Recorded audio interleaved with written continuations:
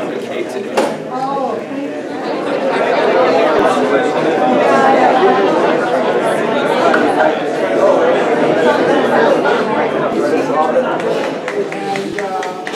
have about 3 times more people today than we thought we were going to have, because in the past our meetings have always been like 30, 40 people. Now this meeting more than that.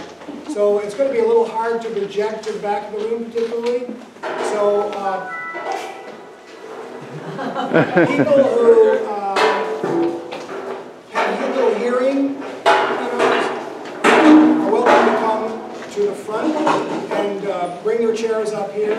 If you have a little bit difficulty hearing, the acoustics in this room are not the best, but hopefully everybody on the panel here will speak loud enough so that all of us can hear.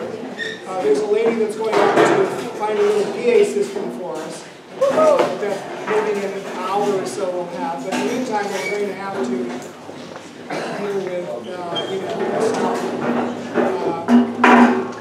somebody may have a little bit of I'm going to welcome you all to the meeting and Happy New Year. Happy New Year. Yeah. 2015, I think, is going to be a much better year than last year, where we had hurricanes down here in Hilo and on the island, and we had Madam Pele threatening to run across the road, but I think that things are going to be really good.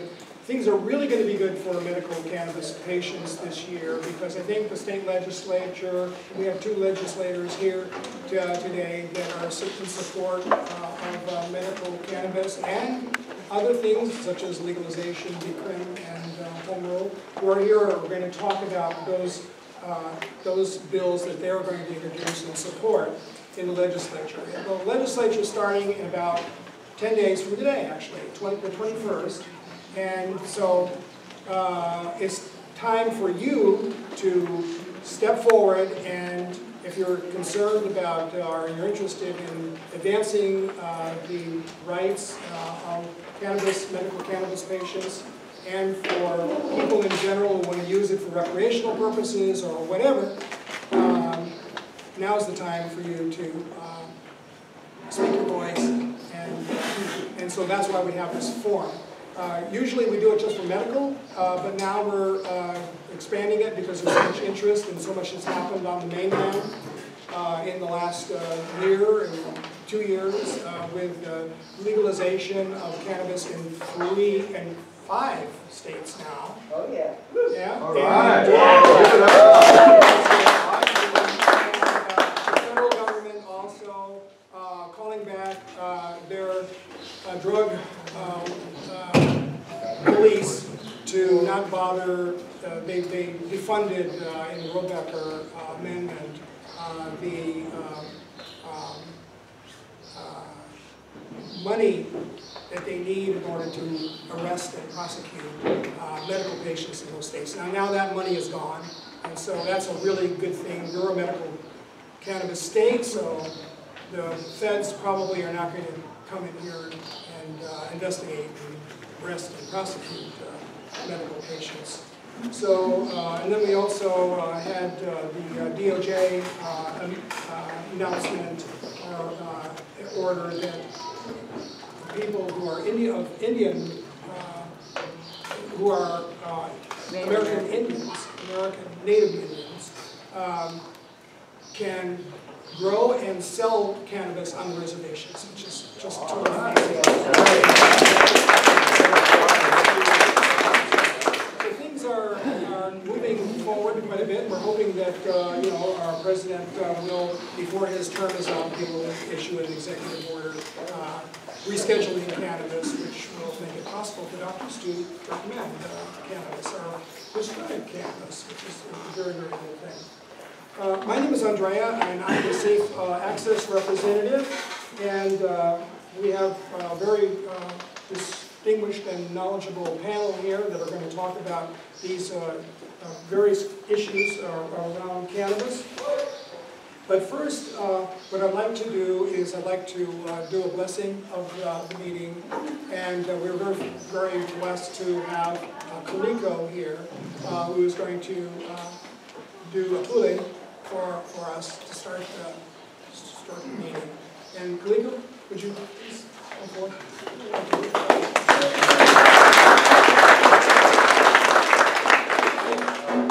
Aloha ohana. Aloha. That's why we're here. Yeah, aloha aina. Love the living God and all the gifts given to us. From the land, the ocean, the air, all around us.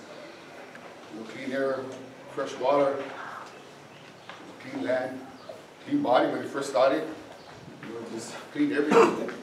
But as time went on, there were different concessions made and deals made, and give and take, and all those things, and we have kind of polluted air now, and the ocean is not too good, and water is, kind of, we gotta watch out, pay attention, and we pay attention to everything.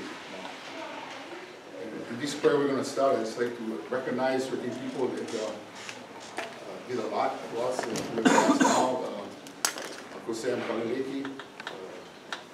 This past he would have his celebration at Cousin Robert's, the 17th and 18th down at Kalapana. And also to all our heroes here. And to our GMO people, our geothermal people, Keaau, all the things living God give it to us that we're going to take care of and keep within our conscience. We can lose everything, but losing fresh water, clean food, all kind of things like that. It's gonna. You can lose all those other things, but if you lose those things, you cannot recover. So that's what we're praying for. We're praying for all our representatives here, part of the living God, that we walk upon, swim in, breathe, that will protect us that way. And keep us clear in mind what is really important for all of us, and our health, our families. Short term, you will die 20 years, you're not going to care too much, sometimes you got to make the deal. But you will live longer and you have a long history of a long family. Again, it's like to acknowledge those who have been on the front line of the living water. We haven't seen you around, so I can't mention your name. I'm pretty sure many of you here throughout the years have done many things. We like and liken it to the rest of our people that we brainwashed. Kulitako. Aloha na kia kua, e hotu kako, na ki kiki e kua mai. Well, great ones, please do a prayer. So, bless you today for aloha aina, to feed our spirit, the peace of the living God is collected, related to it all. They be fed today and be spoken. Sometimes we call makaina na. We look from the source. Get from the source, the living God. Extensions of the living God is us. So we ask them to talk and think, and it will come from there. Think about our future. Again, we ask the great ones to smile upon us, all of us, here in Hawaii. The great goddess, making more land, just in the way, so which has been really nice. So we just want to just thank her that way. Be different from that fun, different things was happening at that time.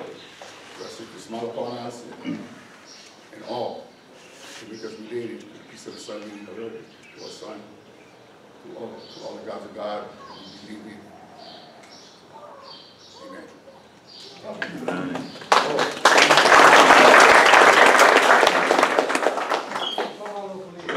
That was beautiful, and we're so happy to have you here.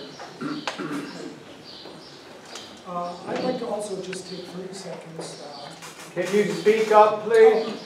We I'd can't just hear like to you. take 30 seconds also for us to just sit in silence for the French people, that terrible tragedy that happened and how badly they're suffering over there. Our hearts go out to them. And if we just could we are in solidarity with their desire for freedom of speech and freedom of expression, and it was such a terrible thing to happen. And if we just could take 30 seconds, just silence for that. Appreciate it.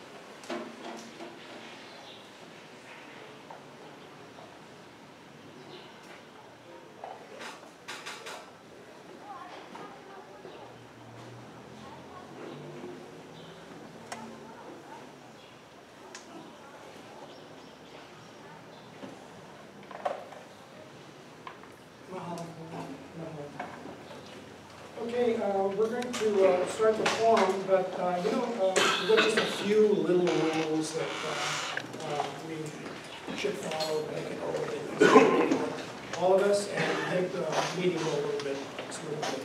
First of all, no photography. Now, we know that some people here don't want to be photographed, and so if you don't want to be photographed, we just basically say no photography. The gentleman here with the camera? Yeah. So I'm with Occupy Hilo. You're with? Occupy Hilo. Okay. Be on YouTube and Occupy. We asked that, do any people in the panel here do not want to be photographed? Okay. We just asked that you not photograph anybody in the audience. Their backs are mostly to you. Is that? Okay. Because there's some people here, I mean, is there anybody in here that would object to being photographed? Nope. Nobody does, then. No problem. No problem. No problem. Or you don't want to be photographed. There's a few people here. So we're going to just say that nobody should be photographed unless they want to be photographed. And so that's. Well, Does that work? okay. Is that all right with everybody? Yeah. Okay. If you must medicate, please do not do it on the rural community centers grounds. That includes the parking lot, someplace else. Do not medicate here on the grounds of the rural community center. Sorry. That includes the parking lot.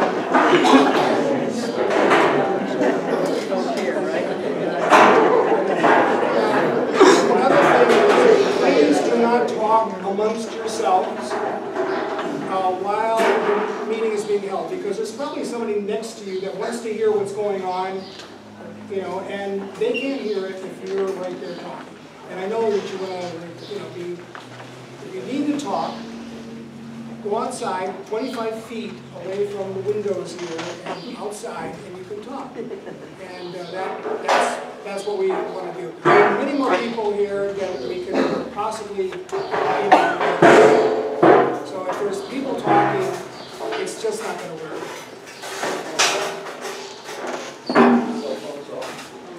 Okay.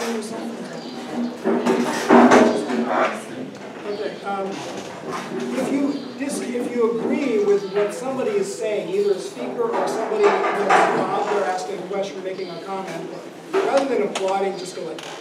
That's what we do now. It's just it makes it much faster. You can keep on with the thing, right? A lot to cover today. And we ask also for your Keaau in respecting the people, what people are saying, and waiting for your turn to speak. So don't interrupt anybody. Please do not interrupt the speaker or anybody in the audience that's trying to speak. Okay, the speakers will have about 10 minutes, and then we'll talk a little bit more. It's all right. It's okay. And then the audience members will have about 2 minutes to make a comment or ask a question. So be succinct and be focused.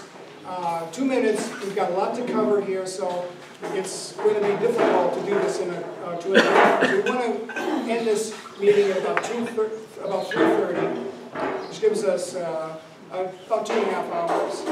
So we want to we want to move right along. And above anything and everything, be respectful of each other.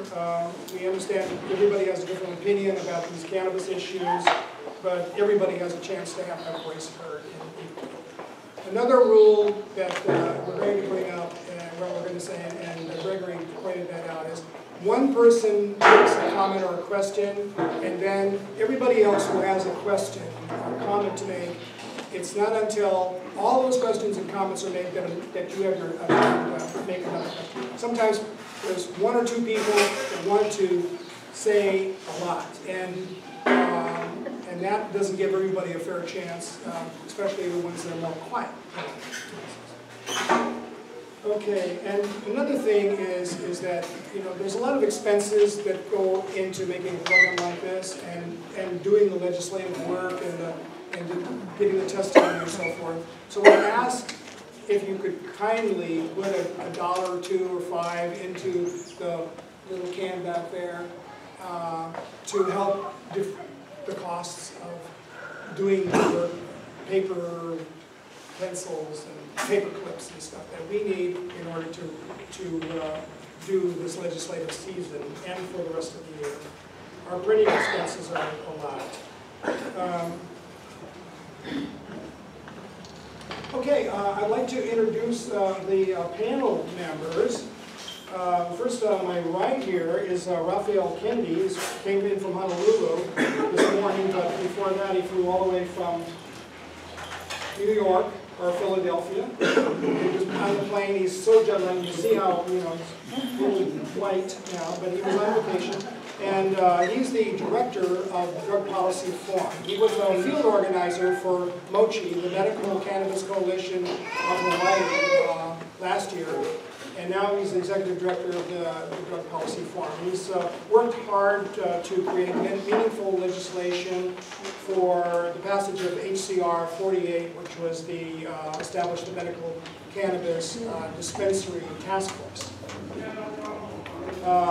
So after concluding the meeting here of ASA at 3:30, he is going to have a reception for the people who are interested in MOCHI. Now, MOCHI is the statewide organization. We are Americans for Safe Access, and we're just local. And so he's going to start that. We're going to have a little break at 3:45 and 3:30 when we get done. And then he will start the meeting at 4 o'clock. So I hope that you would stick around. We encourage you also to get on MOCHI's mailing list, because they will send you out when these bills come up for committee hearing. And that's really important, because you've got 48 hours from that point, and they're really efficient in doing that. And it has talking points, and whether they support the bill or don't support the bill.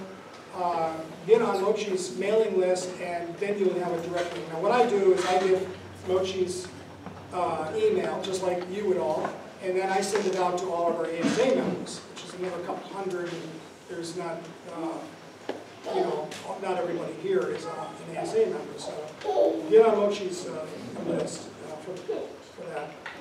Next is Senator Russell Ruderman, who is a representative from Puna and Keaau, and he is a friend of the cannabis reform movement from the day one, and he's been so helpful on so many issues, including environmental issues, GMOs, and you probably know so much of what that he has done.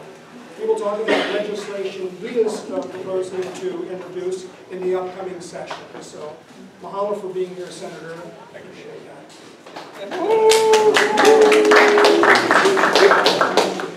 Next is Representative Richard Cragen from Keaau. He's a representative from Keaau and South Carolina. Yes.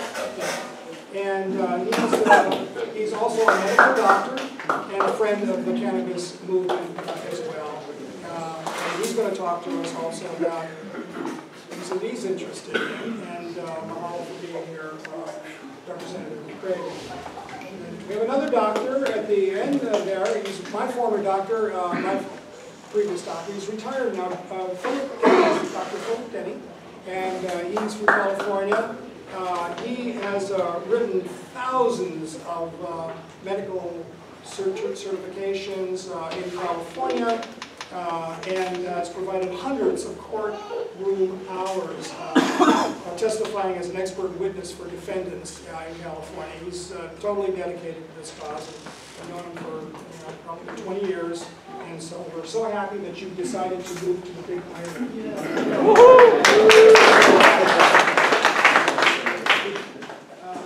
Next here, on my left here, is Tracy Ryan, who is the chairwoman of the Hawaii Libertarian Party. And Tracy's focus will be on legalization of cannabis and probably propose a bill, and that will be heard in the legislature. So we're so happy you decided to come today, all the way from Oahu.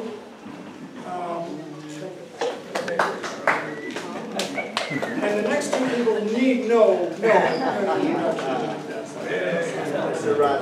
because they have been on the front lines of the movement for so many years, more years than I can think of, and they've suffered under great odds and sacrificed their freedom to change the cannabis laws. And we're just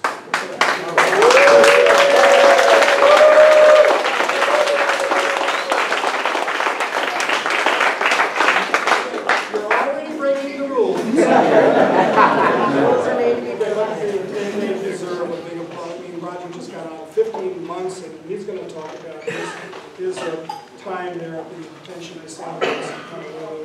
Cher also is under really a great deal of stress right now because it's possible that if they don't win their appeal, that she will have to go into prison for a time. She'll talk about that. We're so happy to have them free and with us today.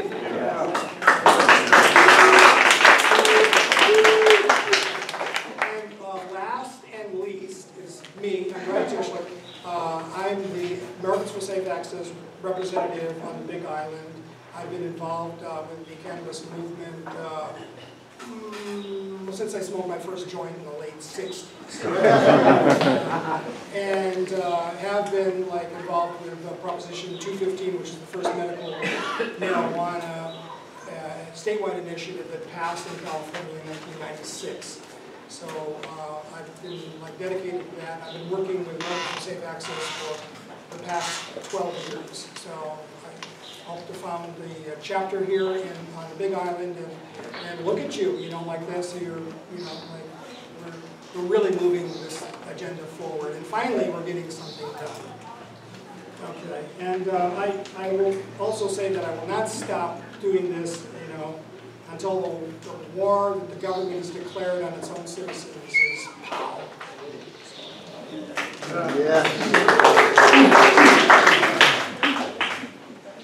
So this is how the forum's going to work. We have four segments to the forum. Medical cannabis is the first segment, which we're going to deal with dispensaries, and we're going to also deal with the other issues, the other bills that may be coming up. And then the second section is the decriminalization and legalization. And then the third one is industrial hemp. And each one of these speakers will speak to one or more of these issues. And then there's a home rule for cannabis bill that may be introduced, and I'll let the person who's going to introduce that talk to that issue also. So we'll allocate as much time as there seems to be an interest in these issues, but we need to wrap things up by 3:30, so I may move it along a little bit faster than we. So the first panel discussion will be on medical cannabis, and I'd like to take a quick poll from you as to where your interests are and how much time we should allocate to these various areas. Now you can raise your hand for more than one thing, but how many people are interested in dispensaries? How about in cannabis cooperatives? How about the new law that took effect on January 1st requiring that your primary care physician be the one that certifies you for medical cannabis. That's the one that we got to change. Yeah. Legislation to increase plant number and quantity. 7 plants now, we need more. How many are interested in reciprocity, which would allow people from other states that have medical cannabis to come to Hawaii to use their medical card from the state. And how many people are interested in transporting of cannabis medicine to another county, like Keaau, inter-island because we've had situations where people got busted at the airport. And we need to change that. And there's ways that we can do that. Okay, any other areas that you want to bring up that, like... I want to bring up the new law that went into effect on January 2nd. And, I don't know if everybody's been to the health department website, but they don't bring it up. And in fact, they bring up a few of them, but this is the most important one. I got it right here. You give me a chance to just read it. Basically, what it says is medical use definition. Effective January 2nd. A little louder. Okay, medical use definition effective January 2nd, 2015. For definition, means the acquisition, possession, cultivation, use, distribution, transportation, or paraphernalia relating to the administration of marijuana to alleviate the symptoms or effects of a qualifying patient's debilitating medical condition.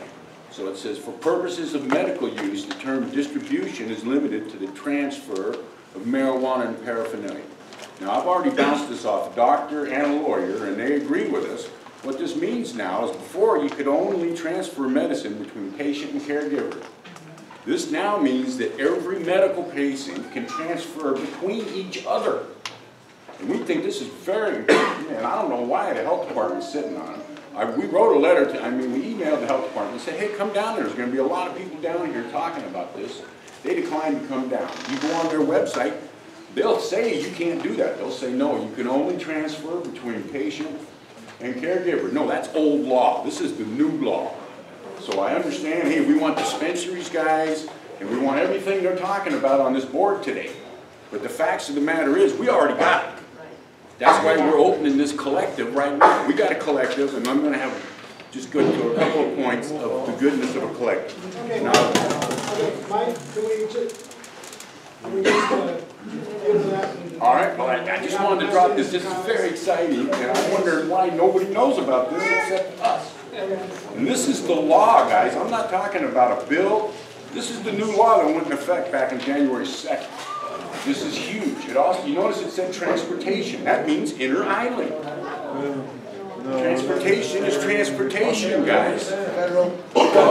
This is the state law. I'm not making this up. Can you state the number again? The number of that law? It's Okay, 329121. No, I hear some talking out there. I'm going to just...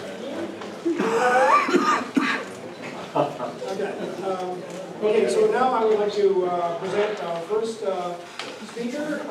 Is Raphael Kennedy from Mochi, MCCHI. He has worked a lot with medical cannabis last year and trying to get these bills through. And I'd like to have him talk now. And all right. Hello, I'm Raphael Kennedy with Medical Cannabis Coalition of Hawaii. So there's a lot of different issues to talk about. For us, one of the most important things, and always our #1 priority, has been getting a system of dispensaries in the state of Hawaii. Closing the loophole in 2014 that said it was okay to have medical marijuana, but it was somehow not okay to get it. That's something we've been working on for a long time. And I think last session, during the last year, we got one of the first big victories on that front, and that was the creation of the Dispensary Task Force. So we passed a resolution, House Concurrent Resolution 48, that created a task force made of activists, doctors, patients, as well as law enforcement, representatives from the state government, to get and work out what exactly a workable dispensary bill would look like. So that has concluded. The final meeting was on the 30th of December, and the final recommendations from that task force are they've been written but haven't been distributed yet. But generally speaking, it's a bill. It's not a perfect set of recommendations. There are some things that we would like to see changed, but on the whole, it's really exciting and really promising. That we'll be starting the session with a report from the task force and a report from the auditor and a report from the Legislative Reference Bureau, all saying that we need a dispensary system in the state and that there are concrete ways that we can go about making that happen. I'd be welcome to answer some questions if people have We're going to have questions at the end after all the speakers have spoken about this. And you can address your questions to Raphael or anybody else. So another big piece, and Mike I think touched on it, is the Department of Health is taking over the medical marijuana registry program from the Department of Public Safety.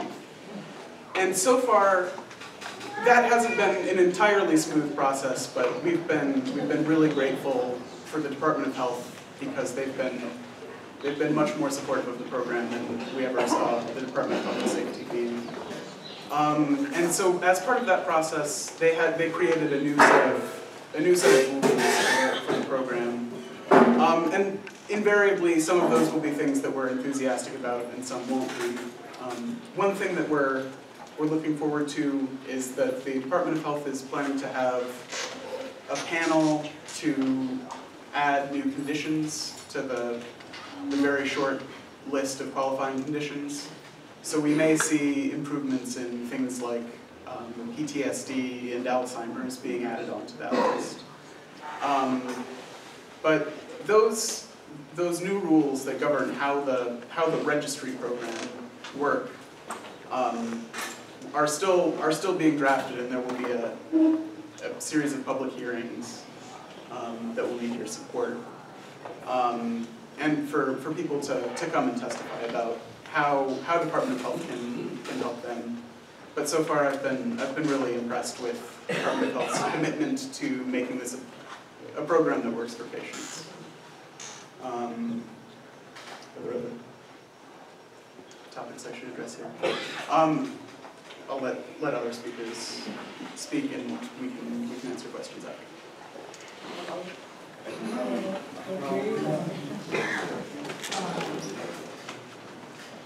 Would you like to say a few things Okay, so we're going to be on the issue of medical. Okay, I'm Richard Cregan. I'm the representative for Keaau, and as I mentioned, I'm a physician. I was an emergency physician, and I've been doing that probably over 10 years ago. I'm going to go back to school to do psychology. Louder. Psychology, okay. Talk to the wall back there. Okay, anyway. Good one. I'll try to make it longer. Okay, so I'm going to speak this on the medical marijuana point. And there, the dispensaries task force has concluded its work, and it's, coming out with a recommendation. And hopefully the dispensaries will be well designed. The main problem with the dispensaries is currently the recommendation is they don't start till 2017, January 2017. That's ridiculous. Right? But anyway, so the problem is I'm not sure how much faster that can be done, but it should be done a lot faster. Legalize it.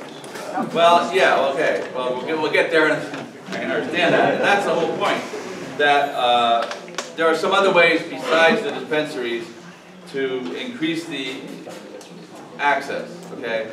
And one is by expanding the indications in medical marijuana And Will Aspera is putting in a bill to expand it to anxiety, insomnia, and PTSD. But, you know, I plan to put one in that would say any condition approved by a physician would be legal. In other words, just as is the case in California, a physician at their discretion can say, okay, you have this, fine, I'm going to write a recommendation for you, okay?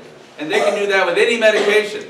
You know, if you have antidepressant and they think it'll help a skin rash, they can write that for a skin rash because sometimes it might work. And of course, as we know, medical marijuana can be very good for some skin conditions. Okay, so I think that's another way to expand the access to medical marijuana, is to expand the indications, and that can be done before the dispensaries. I mean, so then, you know, the other thing is, which we'll get later maybe a little bit, is cooperatives. Yeah. Cooperatives are very important, right? Because there's a lot of collectives, cooperatives. The idea is you have a group.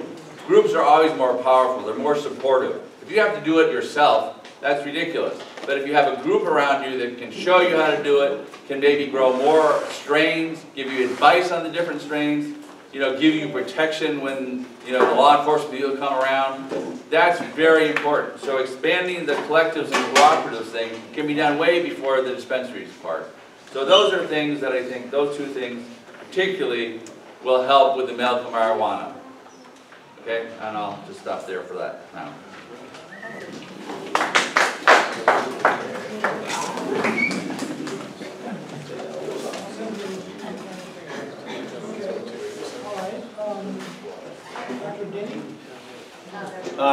Thank you all for being here. This is very exciting. When I first got involved in the use of cannabis as medicine, you could go to jail for one seed. And look where we are now. Here we are in Hawaii with all of these great people, a great panel, and we're moving in the right direction. It's very, very gratifying to see how far we've come. My purpose here today is to help answer any questions that have to do with the medical use of cannabis, and I'm going to narrow my focus to just those issues. We have good people to talk about the politics and some of the upcoming bills and so forth. So if anybody has any specific questions about the use of cannabis as medicine, or the history or the science behind it, these are areas that I've spent a long time studying, and I'd be happy to share some of that knowledge if anybody would like. Thank you.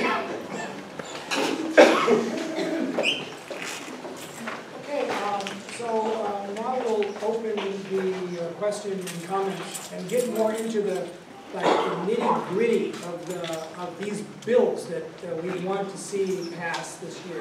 For example, we want a better ratio of patients, of caregiver to patients. We want 7 patients for every one caregiver, and we want more plants that we are able to grow because we want adequate supply, not just 4 ounces or 7 plants.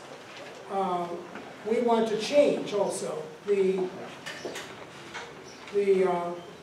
that primary caregiver thing. We want a bill that's going to change that the doctor has to be your primary care physician. So these are the kind of questions that we're looking for. So from you, or I mean, it doesn't have to be those, but so that the panel here can get into more detail about what it is we're going to try to do. This is going to be basically what do we want our legislature to pass this year? What do we want to see as patients them approve and make law? Okay, the lady back there. Hi, I'm Representative Joyce Sanguetta Ventura. I apologize, Dr. Christie, for the miscommunication between my office and yours. I am not the panel. I just want to let you know what I'm doing as a representative because I can't stick around. On Friday, I co-signed a bill that was going to be introduced by Representative McKelvey in Maui that legalizes marijuana.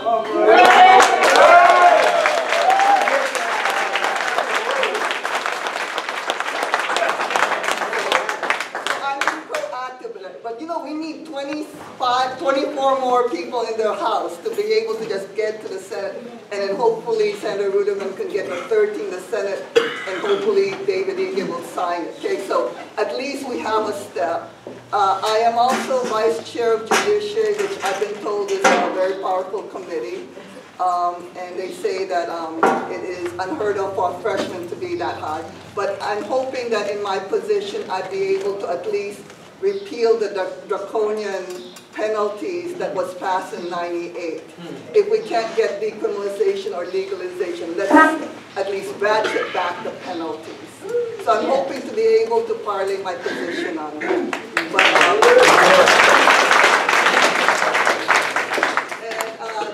You know, I guess a freshman session hasn't started, and I'm sure you folks will fill me in on the rest, but that's what I have done so far. Thank you.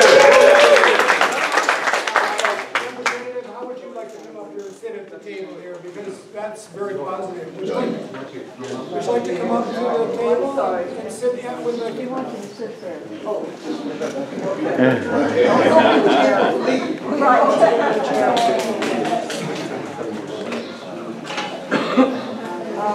I didn't want to interrupt your flow, but you know, I gotta.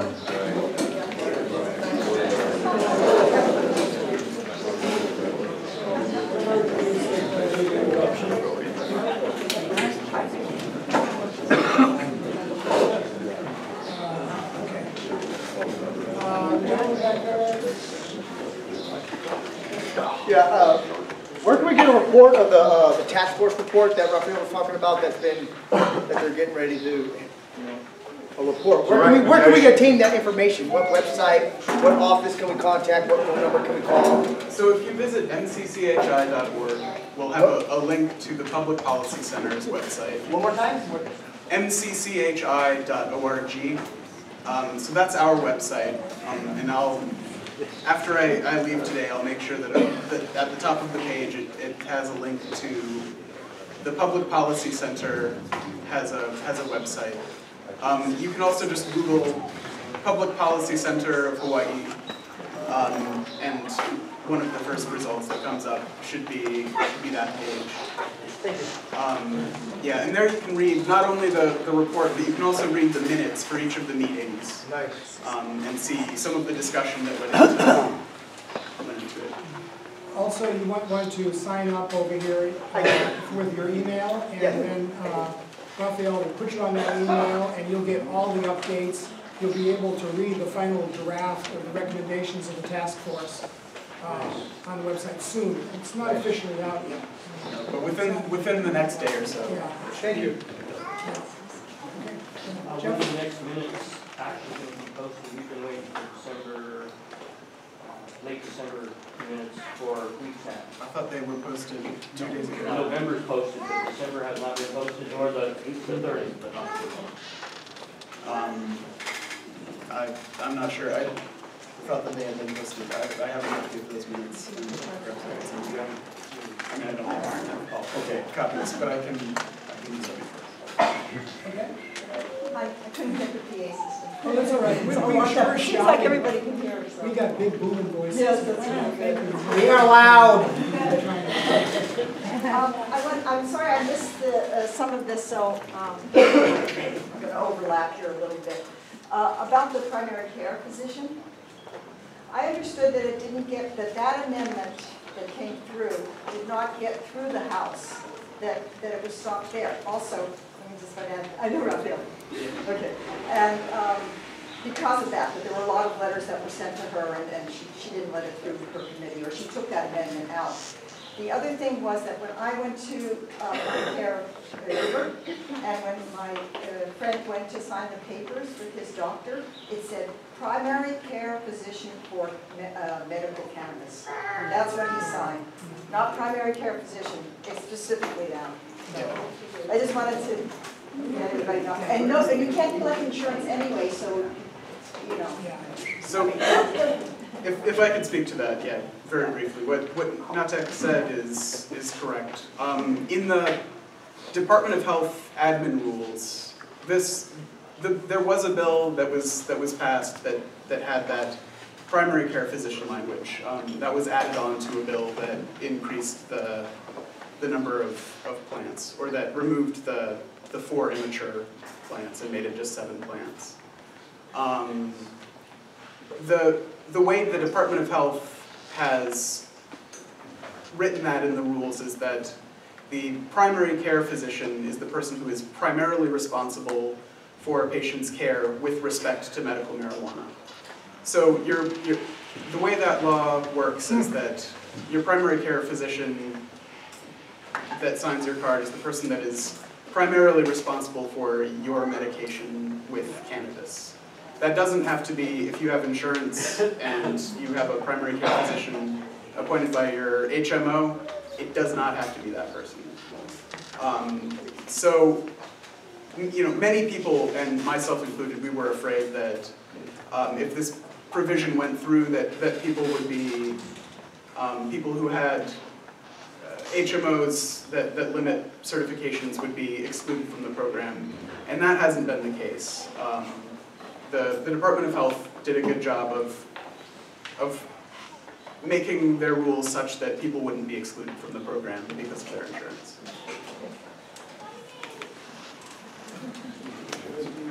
Okay, the gentleman in the red shirt. Yeah, I believe there's probably already people in the community making oils and breads and helping people out that have medical cards. I would like to see a way that people could legally get these medications to people that need them. Yeah. You know, I mean, everybody wants to kind of start a shop and make a bunch of money and stuff, but, you know, there's already a lot of Papalolo out there for people. And there should be a way that people can trade or barter or whatever with a material that's already out there, as opposed to waiting for this mystical pot shop to show up.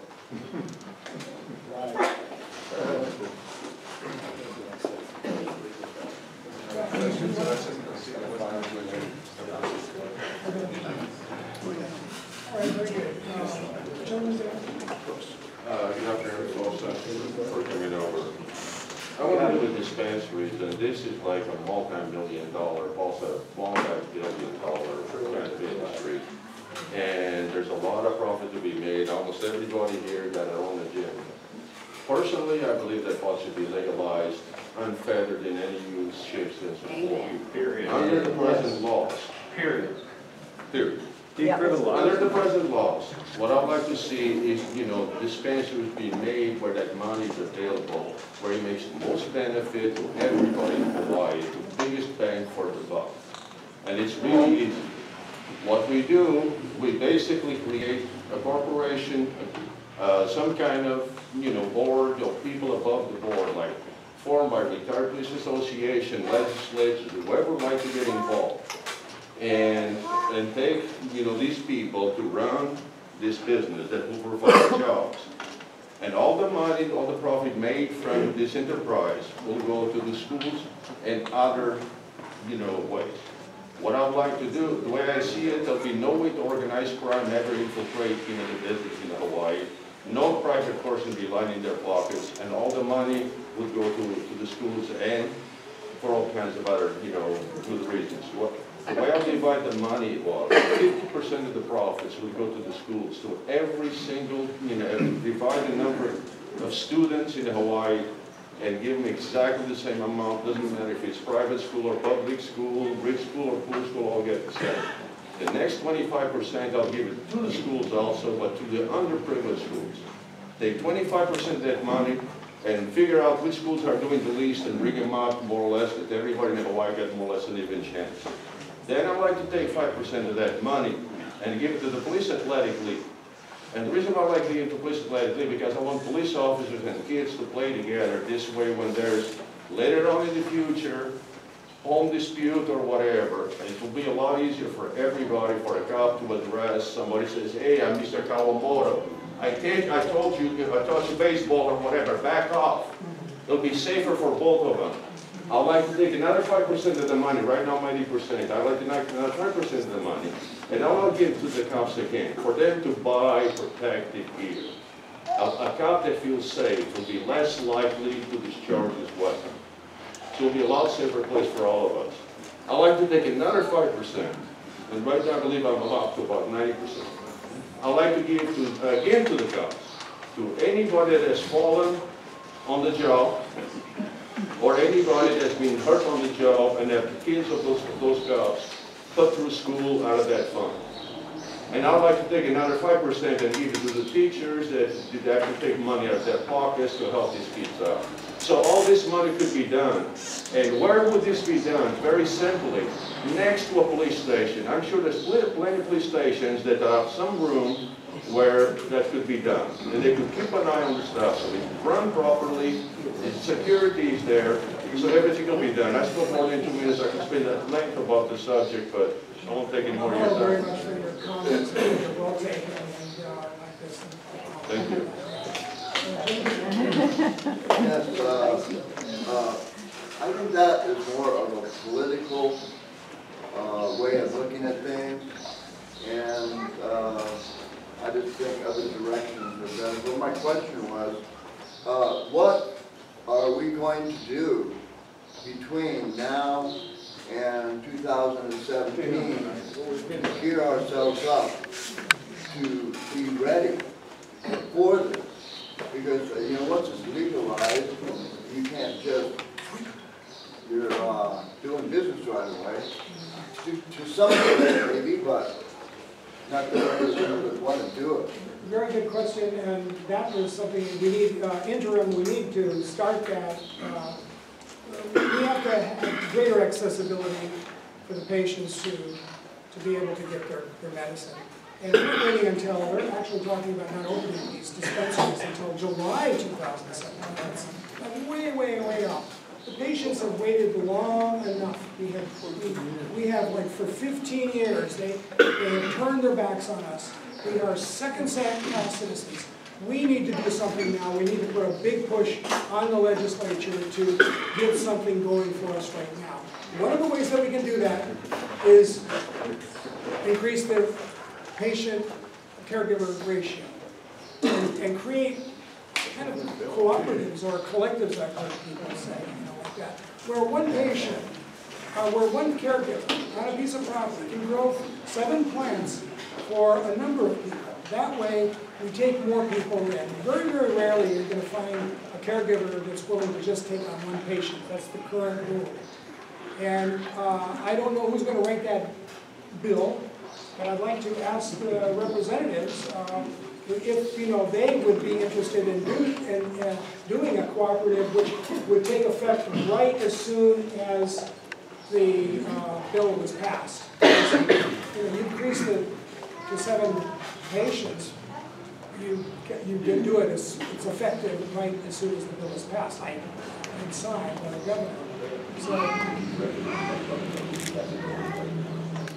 We already got that collective going. Anybody wants to join, I got it right here. And I got some really good reasons. You just let me brief. We already got a crew set up. I've been trying to get this club going since '07 when we all got busted. Bob, Nancy, everybody, Roger shortly thereafter. We've been trying to get going. Anyway, here's what we have to offer. Medical cannabis community. Access to uninterrupted supply of medical cannabis in all forms. That's from seeds up to whatever it is you need. Legal resources. Discounted medical supplies. You'll notice if, I don't know, everybody here is in the cannabis community, you go down to the grocery store, if it's anything cannabis related, they've marked it up 10 times.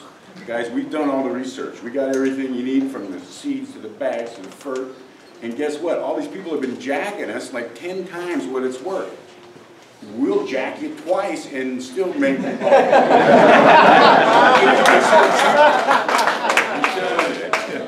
Access to other members' strains and techniques. Everybody's got different strains. Now you can transfer them, guys, and you can transfer legally. Before, here's the thing, you can't make a plant grow just an ounce.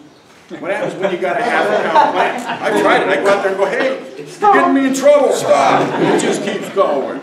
Now you can transfer that. And guess what? For compensation, guys, we're not saying just give it to people. Transfer it, get just compensation for your work. Now everybody can change strains. It's like different strains really make a difference. Somebody wants CBD, somebody wants THC, some people want dabs, some people want flowers, some people need edibles. Hey, I love the cream. I put that finished here, there's a bullet hole right there.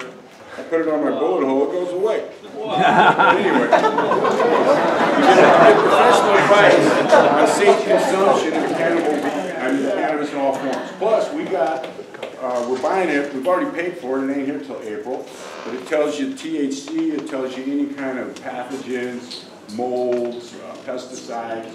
We can test your medicine. We also have a purge oven for people that use BHO, which is your highest concentrated form of cannabis. You know, you only want 5 parts per million of butane in that. The only way to get that is you got to know what you're doing, and then you got to have the proper equipment. It costs thousands of dollars. We already got it. Anyway, if you guys research this law, I'm not trying to get anybody in trouble. All I'm trying to point out is the collective is now in. You know, I'm gonna cut Josh Green right now. He's the creepy senator who for 15 years have killed over 200 bills from good people like this trying to fix it. Well, last year someone snuck this in. He didn't see it when he amended it for primary caregiver. I didn't even notice. We got an expert team, people that got photographic memories. We didn't even see it until like January 4th. Brad was the one who brought it up. He was bringing up a different issue. We went and looked and we went, holy Toledo, we actually got what we need right now. So my point is, now they can wait until June of 2017 because we don't care. They can wait forever. We don't care. It's already here. Legal. We can transfer it. You don't have to. Just buoy up with your friends. I'm just merely pointing out how buoy all around. It gives everybody more power. Right on. Right on. See Mike afterwards, after the meeting, if you're going to get signed up and everything. In the meantime, we're going to try to get a bill through this year that's going to allow for cooperatives and collectives. Right. We have a lot of time in here, and it's getting louder, and we have to go louder.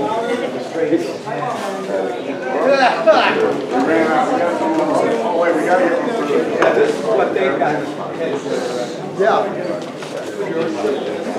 I'd love for everybody, the experts, everybody to research this, but I've already bounced this off prominent lawyers, and they agree this is it. We got more, anybody here, right here for us.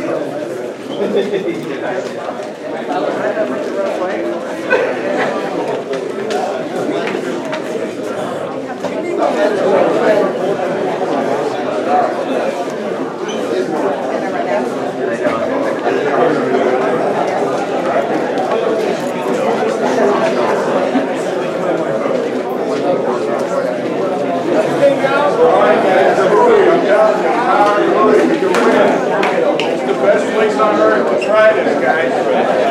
And we work together, we can beat them.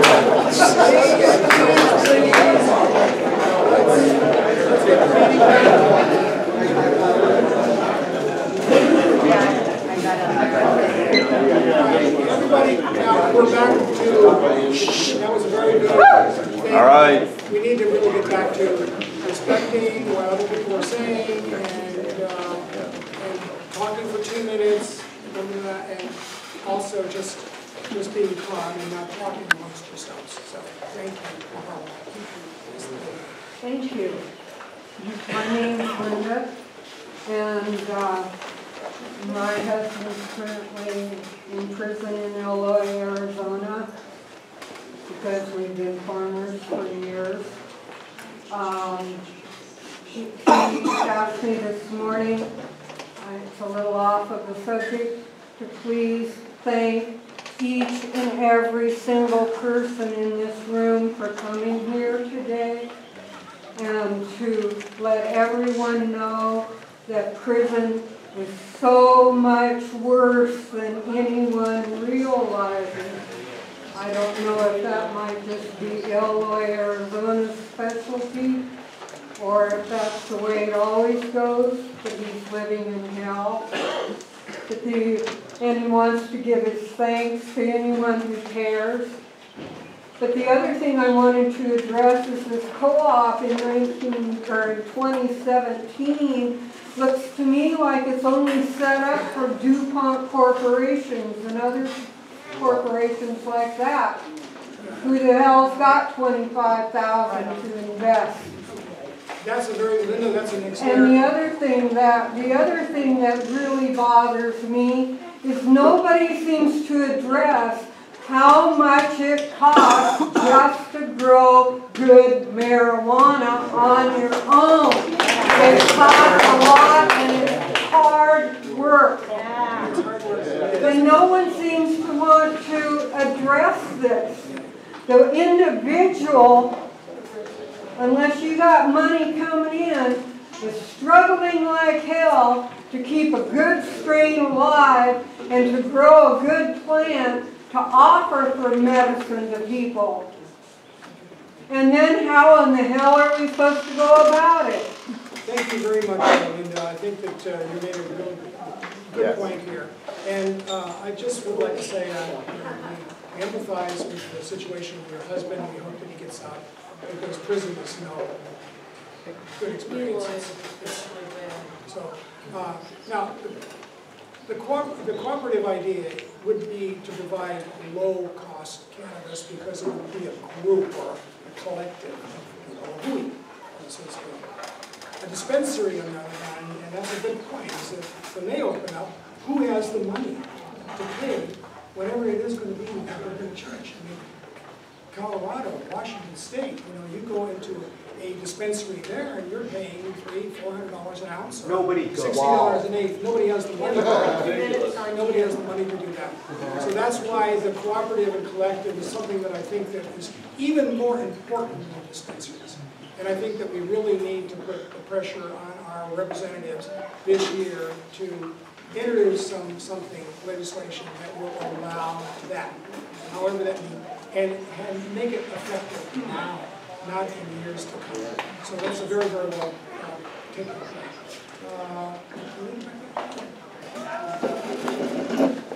I'm Brenda, and I just want to address those who are working toward legalization. I'm pro, that's not the problem, but in watching legalization on the mainland, what happened in Washington State after they legalized versus what Oregon did and Colorado did. Oregon and Colorado shored up their medical marijuana programs with their legalization. Unfortunately, Washington's law did not. Their legal pot stores, not the recreational pot stores, all of that fell under their Liquor Control Commission. And their Liquor Control Commission said, oh, well, now you don't need medical dispensaries. You don't need medical strains. What they want is they want to grow it all themselves and make all of the profit and don't bother doing it organically. So those who are trying to push legalization, please keep pushing, but make sure our medical laws are shored up and improved while you do it. Thank you. Very good comment. And I think that the dispensary bill, and Raphael... Yeah, we'll speak to some of those concerns. Sure. So there are a lot of different things that people have been talking about here, and the price of cannabis, the price of medicine, is one of them, and that's really important. I think one of the benefits of a dispensary system will be that we can try and keep cannabis pretty cheap. One of the really good things that we were really happy to see coming out of the dispensary task force is that they recommend that the only taxes that be levied on medical marijuana be the general excise tax. So essentially the sales tax, the same as happens to other taxes. The other thing is that while the cost to open a dispensary, which is the storefront, is high, the costs for growers are cheap, or comparatively. The recommendation is for about $4,000, with $2,000 refunded for people that want to be growers, to grow and to produce medical cannabis products and sell to dispensaries. So if we have lots of small local growers producing cannabis cheaply, and lots of growers offering those to dispensaries at a low price, we hope that people will still be able to afford it. And another thing that I would like to mention is that we were very clear throughout the process that it's in fact one of the recommendations, recommendation number 5, is that there be absolutely no interference with people that are growing their own. Nobody will be restricted to using a dispensary that doesn't want to. I think that's a very good one. Okay, we'll take a couple more questions because we want to do the criminalization. We'll take a couple more questions, and then we're going to move on to decrim and legalization part of it. So, over here. Over there. That's,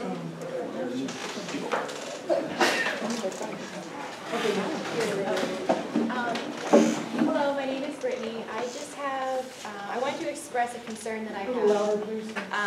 Sorry, my voice doesn't go too much louder, but with the Department of Health coming up with any administrative rules and processes for people to apply to either be medical cannabis growers or dispensers, my concern has to do with the refundable portion of the application fee.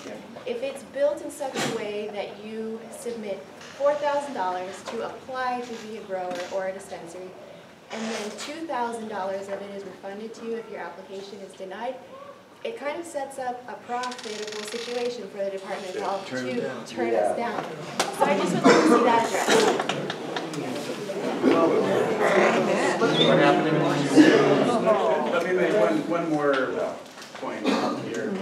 Is that this is a draft bill, and people that are familiar with the legislative process, as you know, anything can change.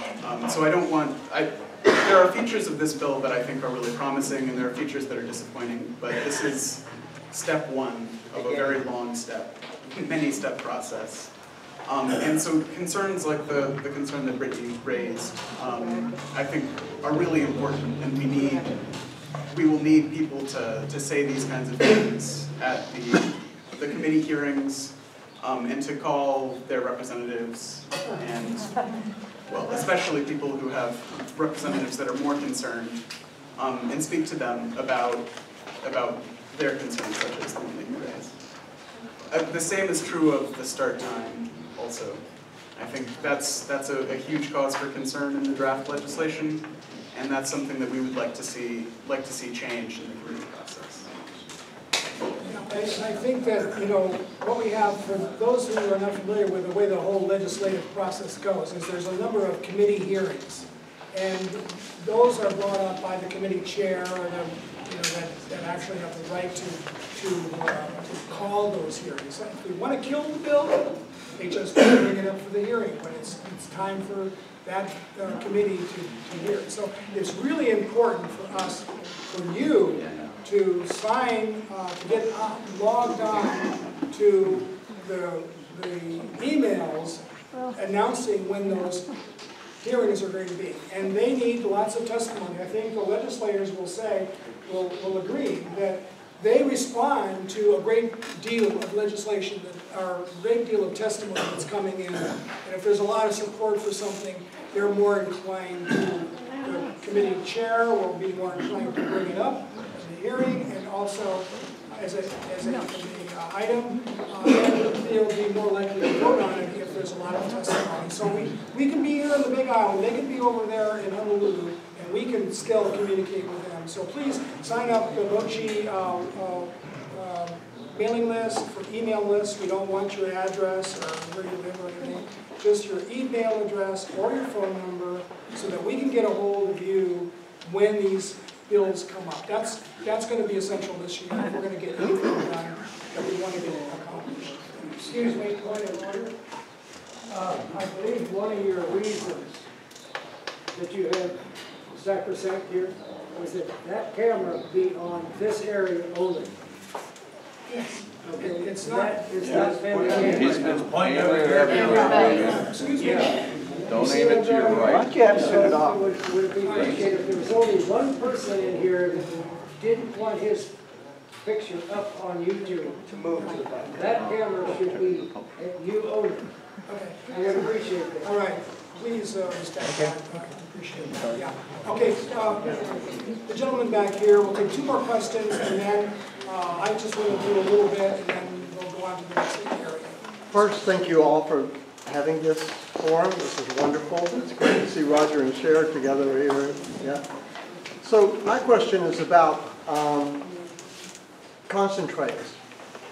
Concentrates are so set me straight. We are allowed to possess concentrates, correct? Hashish and hash oil.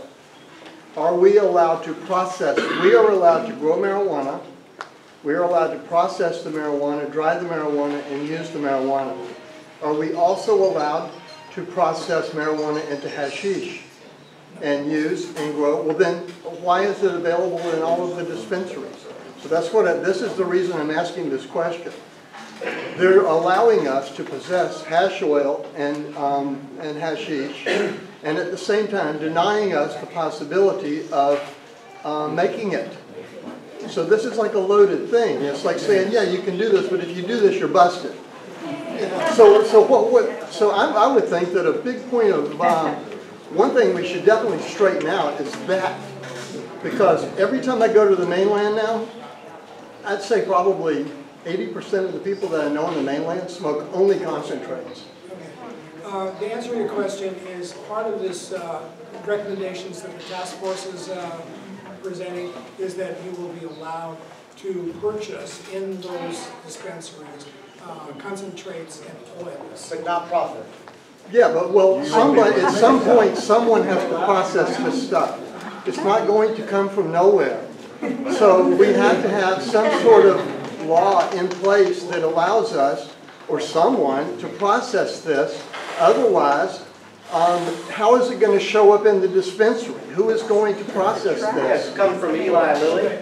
Yeah. So either the people are going to be allowed to process their own extracts, or we are going to be sitting here in this quasi-legal environment where they can say, you can have this, but we'll put you in jail if you make it. And we've been dealing with double talk like this for the last 40 years. That's the dispensary task force. So only talking about, the dispensary system. There is a structure in place for what are called producers, and the bill suggests that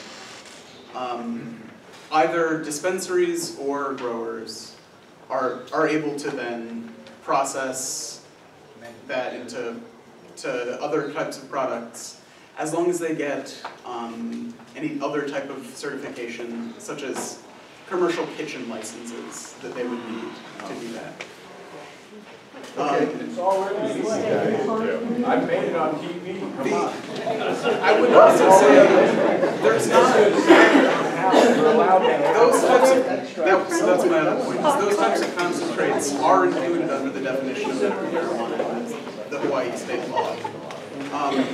And as far as I'm aware, there's not any legislation prohibiting the making of those. From time to time, we see people will introduce bills. There was one last session introduced by the Maui County Prosecutor's Office to try and restrict that to only flower products, and people like the people in this room were instrumental in keeping that from coming to pass. Well, one of the main reasons is so many people have been moving to extracts on the mainland is because it has no particulate matter in it. And for people like me who have been smoking a lot for 45 years or whatever, particulate matter is an issue. Yep. And so if it's possible to smoke a cleaner product that's 10 times stronger, and I would also say, I think that generally speaking, people are supportive of medical marijuana patients using cannabis in ways other than smoking, because we're seeing more and more patients want to use tinctures and oils and edibles, and that's growing in popularity, and I think everyone, including the Department of Health, is supportive of those other delivery mechanisms, while at the same time acknowledging that for certain conditions, smoking is the most effective and the most immediate way to offer that relief. Thank you. And then we're going to go on to... Yes, I'm not sure if this is the appropriate time to ask, so I'm just going to put it out and tell me this is the wrong time to ask this question. The concern I've had in dispensary situations has to do with a large amount of cash that can be located within the building where the dispensary is located. I do not know it's the Los Angeles had that problem, and of course you had situations where people were hijacked within the dispensary situation in Los Angeles. So the question I have is, because of the federal government's restrictions vis-a-vis banking, what is the alternative source of securing cash so that it doesn't become one of those situations where you can have that, it's like a silver bullet in the legislative process where they kill it because you haven't got this quote handled effectively. So I don't know what the answer to this is, and I don't know. So that's my question. So again, I don't want to speak too broadly, but I think that was something that was looked at pretty extensively in the task force process, and we've been hearing from other states that hasn't been an issue. We had a conference call with the director of the program in New Mexico, who was saying that New Mexico hasn't seen a significant problem with this kind of cash transaction banking. So that may be a talking point that we hear in the legislative process, but the fact is that there are companies that are making credit card transactions for cannabis businesses, and that even places that are dealing in cash, if you're a cash business, and there are many in the state of Hawaii, that's something that you have to figure out is how to protect your revenues. And we're confident that can be addressed as effectively in the state of Hawaii as it has been in many other states. Now we're going to wrap up this medical cannabis section of the program. But first, I just want to allow two people to make 1-minute presentations like this. And one of them is Gregory. He's the former executive director of ASA in Marin County, and he's here now. He's been here for 4 years, and he wants to make an announcement. 1 minute. Thank you. This is actually in the form of a press release. This is for Roger and Cher, and the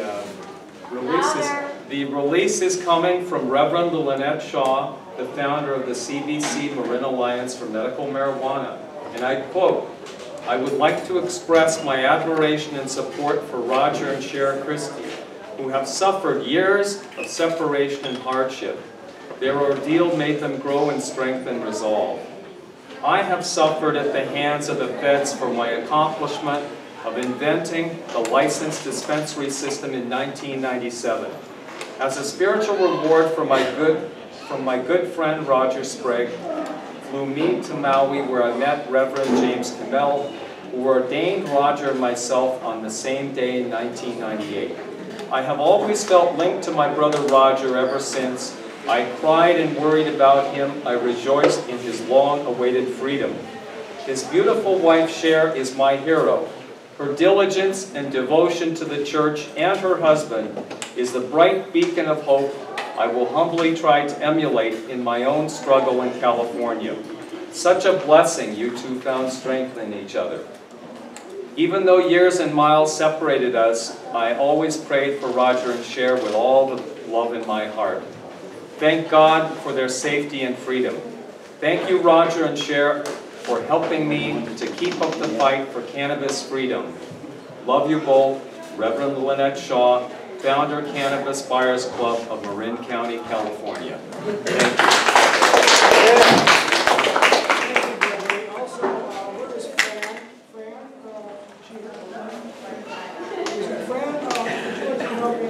She wants to make an appeal for I'm helping to fundraise for Ronnie Harris, a musician you might know. He's a member of my spiritual center. He has a brain tumor. He's been treating it for about 2 months with cannabis oil, and we're fundraising so that he can buy supplies to make more. He's had an MRI before, and there'll be another one in just a few weeks. So we're really, his symptoms have abated, which are amazing. So there's a little basket back there. If everyone put in $1, it would help. Amazing. And if you have more to share, that'd be wonderful. Thank you. That wraps up the medical cannabis portion of this meeting. If you have any more questions, some of us we will be here after the meeting. So if you want to ask any more questions or do one-on-one, please feel free to do that. Now, our next section is that of legalization and decriminalization. And I would like to, there's a few people that would like to talk, and I'd like to ask who's ever going to speak here, just limit your comments to about more than 5 minutes, because I'd like to introduce Tracy Ryan, who is from the Libertarian Party, and she's got something to talk about with legalization. And then we go to Roger and Jared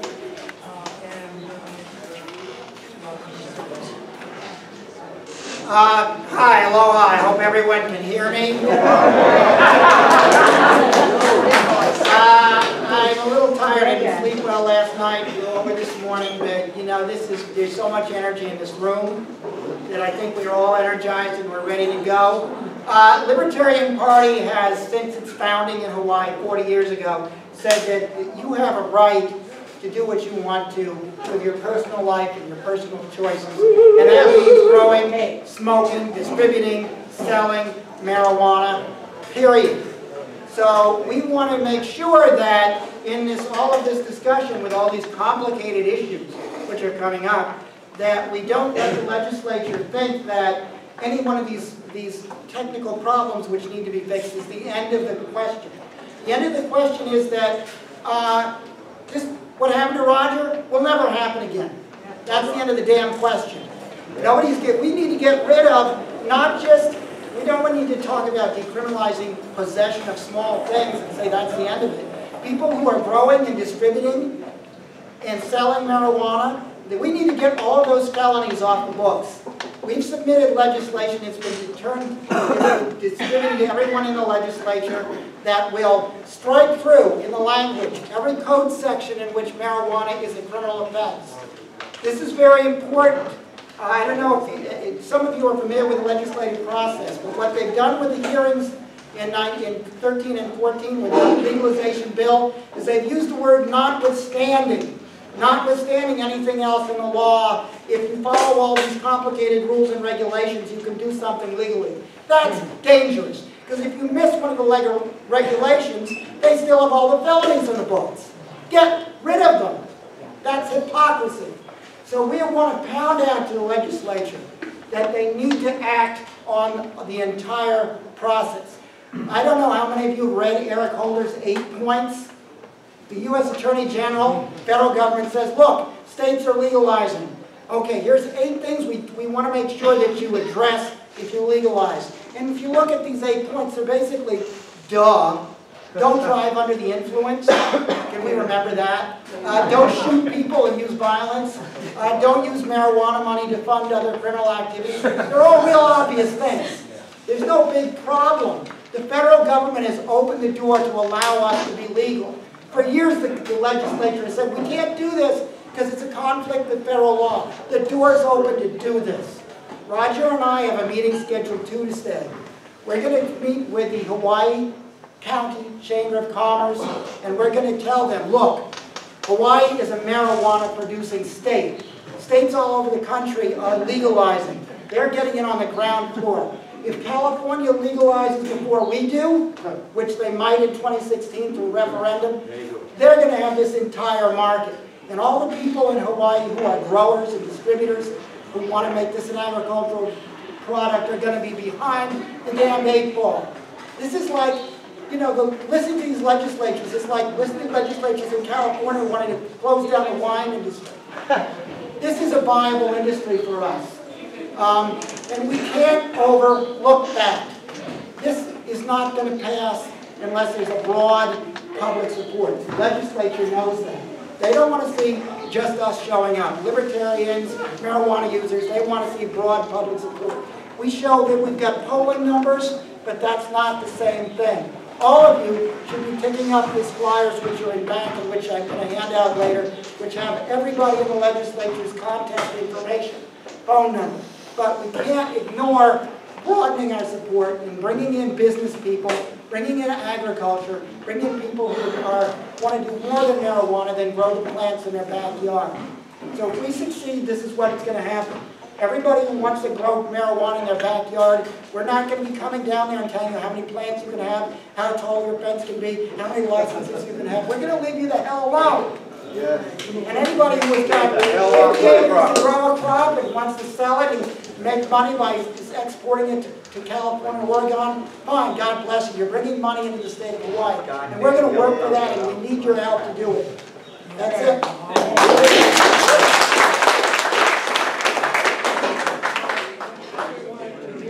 Legislator to see how they feel about that, and I want to let Senator Ruderman talk to decriminalization and give us a temperature of what is happening in Honolulu and how the legislators feel about legalization or decrim. Thank you, Andrew. I'm Russell Ruderman, State Senator for Puna and Keaau. I have introduced a legalization and a decriminalization bill each of my last 2 years, which of course haven't gone anywhere so far. And we'll be doing it again. I'm very, very happy to have the new support of Representative Richard Cregan. I'm very happy to hear that Representative Joyce and Bonaventure is also on our side. You know, this may be the year that we'll make some progress on this subject at the state legislature. We just had a discussion about this in the Senate caucus just on Friday. And someone's going to go around and take everyone's poll privately because they didn't want to do it publicly. But the discussion is in the air that a couple of things. All the money, time, and effort we spend on medical marijuana and its dispensaries, and all the money, time, and effort we might spend on industrial hemp, is all going to be wasted time and effort 3 to 5 years from now when it's legal anyway, which we all know it will be because that's the way the whole thing is. So, the problem is what's politically possible. All of us in this room might feel one way, but there's a whole bunch of people, some other islands and some other districts that don't feel the same way and don't want to see it legalized. So it's a fight that's still before us. Someone mentioned the broad spectrum support that we need to express there. I think that's really important. I'm glad there's a list of legislators being passed around. It'd be very important to write respectfully to the relevant legislators, especially those on the Judiciary Committee, as Joy said, and those on the Health Committee and the Consumer Protection Committee. The relevant committees need to hear this. And I have a whole spiel on this, but let me just say briefly, when you write to a legislator, it's most effective if you do it respectfully. If you do it with anger and ranting, you're actually going to have an opposite effect from the one you want. So, you know, write to us as if we were human beings and let us know what you need. And then a couple other things I want to say. I'm trying to, you know, I know decriminalization is not the end of the discussion. I realize that. Neither is medical marijuana dispensaries. But there are steps along the way sometimes. You know, if the legalization bill is not going to pass, then I want to make progress in other areas. I will be talking about industrial hemp later and the decriminalization. But my big idea this year that I've gotten some support for, and I hope you all will support it, is to pass a bill that allows each county to legalize it if they choose to. So that all those people on Oahu that don't want to see this happen can just get out of our way and let us do it.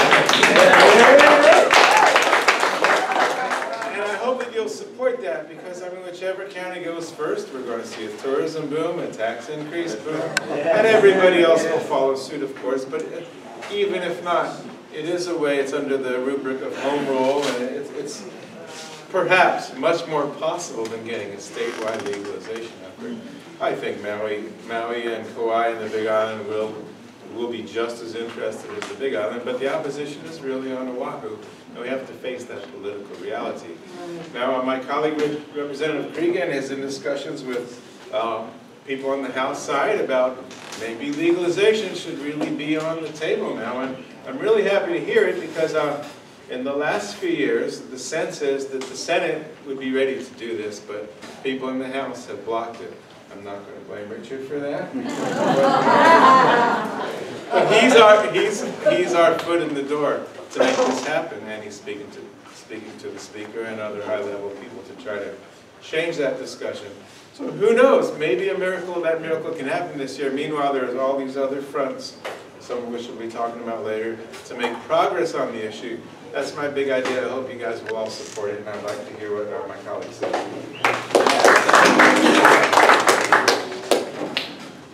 I thought it was my big idea. It was. I was wrong. This is Richard's idea.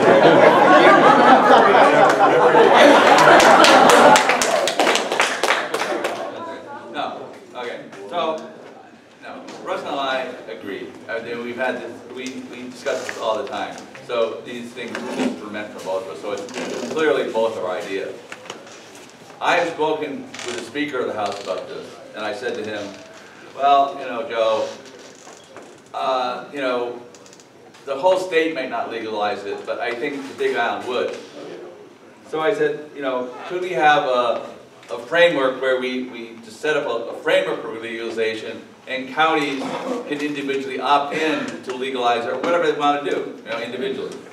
And he said to me, I was shocked, he said, oh no, make them opt out, make them opt out. So, I mean, that's great. So, I mean, whether how much he was meaning it or, he just had too much coffee that morning, I don't know.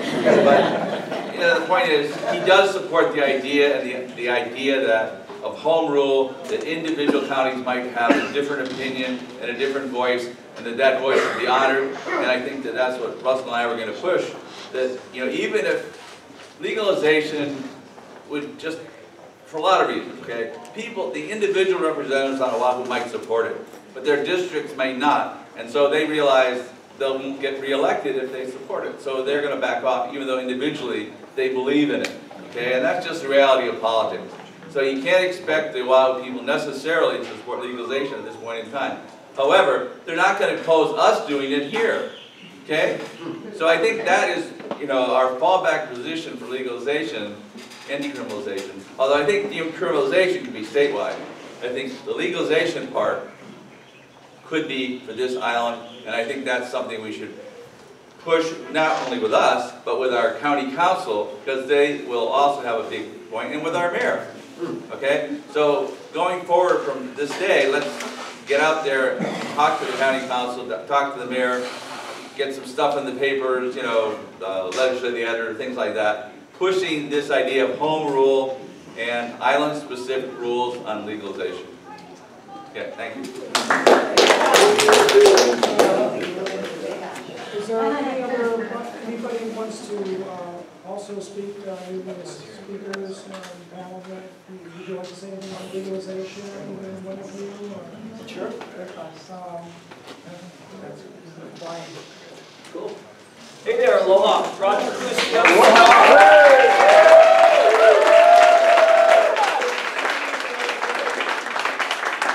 I don't have children. This legalization issue is my baby. Been working on it since 1978 publicly. I ran for mayor of Denver, Colorado to legalize marijuana when I was 28 years old. Check out the Denver Post front page, you'll see me there. I'm stoked to be here on the Big Island. This is political power. This is political action. Every single one of us has our personal mana, our inner spiritual strength that we're exercising today. And that's a beautiful, beautiful thing. There's a power for good in the universe. It's available to all of us at all times to think great thoughts, to make great actions, to say kind words to people. Today is an expression of that power for good, so thank you all for participating. And we need to be the squeaky wheel in the legislature. We're here to support the system, okay? There are many people that are more radical than us. They didn't come here today because they don't believe in this anymore. We still believe in a respectful, good-mannered, orderly system to get things done. Yes, the government is a giant corruption machine. However, it needs correction, and we're the ones to do the job. We're still here on planet Earth. We've lived this long to see legalization happening. It's coming. It's inches away from us if we will seize the opportunity and make it happen. I'd like to just point out briefly a journal of a residence in the Sandwich Islands, 1828. Support of the king by an annual tribune of all the islands consists of produce of the country, hogs, dogs, fish, fowl, and articles of manufacture and unwrought hemp. Hemp, you could pay your taxes in the Old Kingdom, 1828. 1898, in this book, the U.S. Boston, in Hawaii, USS Boston, is the ship that housed the Marines that overthrew the Queen. However, hemp has been experimented with, and the samples grown were pronounced by experts to be of good length, clean, strong, and fairly bright. The plant is free from enemies among the insect tribe, and it is not injured by rain or storms, nor by drought. The expense of cultivation is almost nothing, and the yield per acre was found to be at the rate of 13.5 tons of clean fiber, which means 26 tons, or double that, of biomass. World record harvest, as far as I know, in Hawaii in 1898. Okay? Boom. In 1988, front page of the Honolulu Star Advertiser, or let's see, it was the Star Bulletin and Advertiser. Former Attorney General Warren Price values the pot crop here in Hawaii $10 billion annually. Okay? Yeah. We know what it's like. If you guys were here back in the day, you remember how happy and healthy even the single moms, the welfare moms were taken care of. Everybody just about was smiling back in those days. We want that in our future. Newsweek magazine, 1978. Dante Carpenter, who's the head of the Democratic Party today, as far as I know, quoted in Newsweek saying, Senator Dante Carpenter, head of the Criminal Justice Committee, says, if we arrest the growers, we end up catching a lot of really decent people. Newsweek magazine, what a beautiful thing. They used to honor and respect growers here. The tide changed. They spray poison people here. They spray poison catchment roof systems, children's toys in the yard, organic gardens with triple toxic poison. BS. BS. The war in Vietnam was a lie. Okay? War spark never happened. Said McNamara, who ran the Defense Department, okay? The war on drugs is a lie. Okay, we know the truth. Thank you for standing strong for what you know is true. Cannabis hemp seed is the healthiest food on planet Earth. It's the only protein that has edestin protein, E-D-E-S-T-I-N. Edestin protein repairs DNA and repairs damaged cells. It's only found on this planet in hemp seed. That's the only source of it. And I'm going to wrap this up because I could go on. But hey, is Danny Koleka in the room? Councilman from Puna? That's his birthday today. He's not. Okay. He was invited by me multiple times, never returned my call. I'm a little disappointed in the councilman. We would have celebrated his birthday with him. I'm not feeling too happy about the councilman, so we're going to have to lead the leaders and show them what we want here, okay? Thank you very much for that. Puna is a war-torn area, okay? There is a war on the culture, the cannabis culture, and has been an unjustifiable war for decades, okay? We get to turn it around. We've lived so long. God bless everybody that's passed. We've all got friends and relatives that have gone before us. We're still here. Us baby boomers and others, let's put this ball through the hoop. Let's get across the goal line, legalize herb, and have the happy, healthy lifestyle we know we're entitled to here on planet Earth. Thank you, everybody. All the best to you.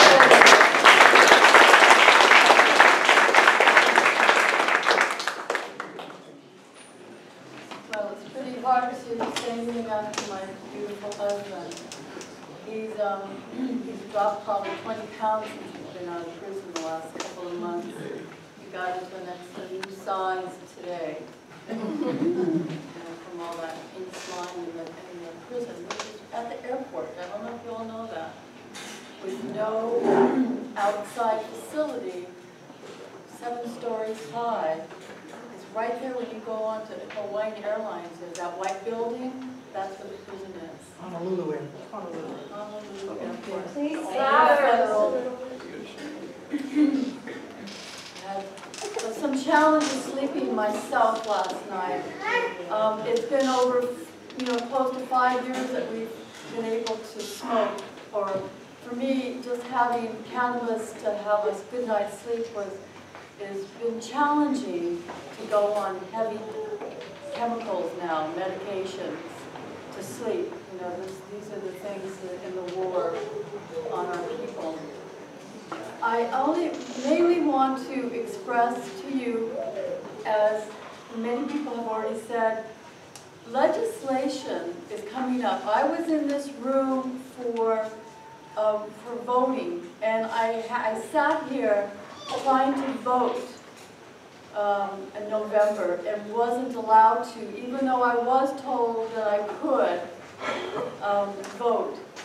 It was pathetic to be in this room for over an hour and see maybe 10 people come in to vote. We are the lowest voting in the United States. Wow. That's where it's at. Now, I just heard the hoorays that you just said to my husband, yay, yay. Really, you need to eat. And I had 3 people already come up to me today and said, I don't do computers. Have somebody help you. Be a friend and tell your neighbors, your friends, the people that are here today. This is where some of the people that are medical marijuana patients, or if it's your sacrament, this is where you empower yourself by participating. It's challenging, even for me, dyslexic, to get on that computer and do something for this legislation. Get someone to help you, go to the libraries, whatever it has to do, to support our representatives to make this happen. And thank you again for people that have honored us today. Sharon, would you mind talking a little bit about your situation with the Hilo and the injury? I am still up for 27 months. I could have gotten 0 amount of prison time, but instead she gave me the worst. Our judge gave me 27 months to go to prison. So I'm still in that. It's hard for me to be positive. I'm with the most optimistic man there is that I know of. And so that helps me, to find my spiritual compass again. But it is challenging to think that I could be going to prison this year. And so we're working on, just building my mana and building my strength and helping by participating. In the back, I left some brochures there, Fully Informed Jury Association. Now that might not help me because it's going to the 9th District Court in San Francisco. It could be 3 judges that say something. And I'm not that optimistic as my husband. Twice the 9th District Court has denied him bail. So it's very challenging for me to think, oh yeah, we're going to win. But in many ways, we see how fast things are turning around. One of the things that Roger didn't want to talk about today, and looked up online and worked till 2:30 in the morning, Oregon has the best legal laws right now. Really, you need to take a look at that. But something I need to say. I just wanted to give one more comment. Thank you so much. Cher has had it 10 times harder than I have. I get a lot of hugs and hey, get attaboy, and I appreciate it so, so much. Cher has had it 10 times harder than I have. She had to empty out 13 offices of our ministry and put it on their farm where there was really no space. With no money, they took my home in Hilo, they took our life savings, right? So, and they wrote a certified letter, which I've never heard of in U.S. history, certified mail, to a list of people that had contacted the ministry, were on my phone list, our phone list, sent them certified mail saying, don't contact Roger and share, and you're on our list, and freak people out. I've never heard of that ever happening in U.S. history in the government. So it was very challenging for Cher. I just had to sit there in prison, and I say a couple of things. It was the best investment I never wanted, or the best education I never wanted. It really was. Who knew there's no fair bail and no fair trial, and we never got to tell our whole truth to the jury. We never got the opportunity to, because the system checked the secret box on us, and they didn't want us to win the case. So thank God we have an appeal. A very interesting development just happened a week ago. Some CBD oil that I had from France was sent to us as a gift. I gave it to the probation officer and said, would you please test it? He said, sure. So he did the federal government drug test, and it tested positive for marijuana. So he called me and said, I got to confiscate it. It tests positive for marijuana. I said, fine. I understand. I'm not allowed to have it. We're not allowed to have it on probation right now in supervised release. I went for my second face-to-face meeting with Keaau Jenkins, the probation officer in Hilo, and just about 2 weeks ago. And we're sitting there, and he hands it back to me. I said, what are you doing? I'm not allowed to touch this stuff. It's test positive for marijuana. He says, you know what? I mean, it gives me chicken skin, think about it. He said, because you called it your sacrament, I'm giving it back to you.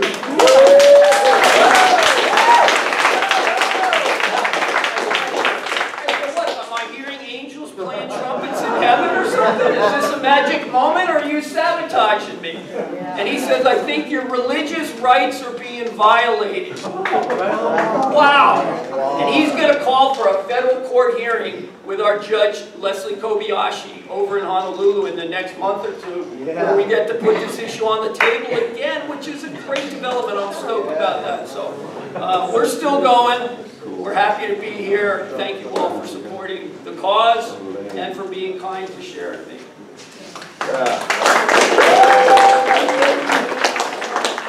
We'll just go to a brief period of time for questions and comments. Let's see if I can go over Just a quick question. As we're seeing the inevitable legalization of cannabis, state, federal level. Yeah, as we're seeing legalization on all levels, eventually, what happens about amnesty? People that are in jail, will they be released? People that are facing going to jail, will they be released? People that had stuff impounded, taken away from them illegally, will they have their stuff restored? Can anybody offer any feedback on that? I'm sure we'll never get back what was seized. Okay, let me call on somebody. I don't know. Does anybody have a...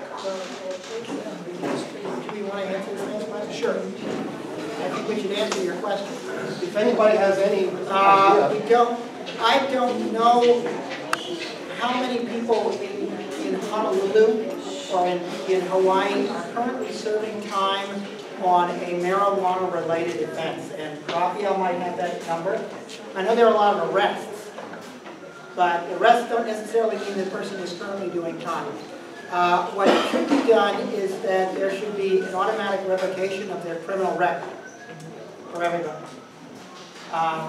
The second thing is that if they have any property that was taken in a civil forfeiture, they should be compensated for that. Those two.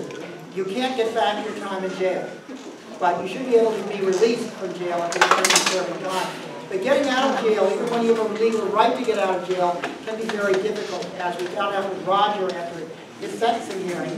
He was sentenced to go to a halfway house in, was it March? We expected him out by June. He wasn't out till September. Because the Bureau of Prisons shuffled their feet and kept him there as long as they could. And finally there was pressure. I know that...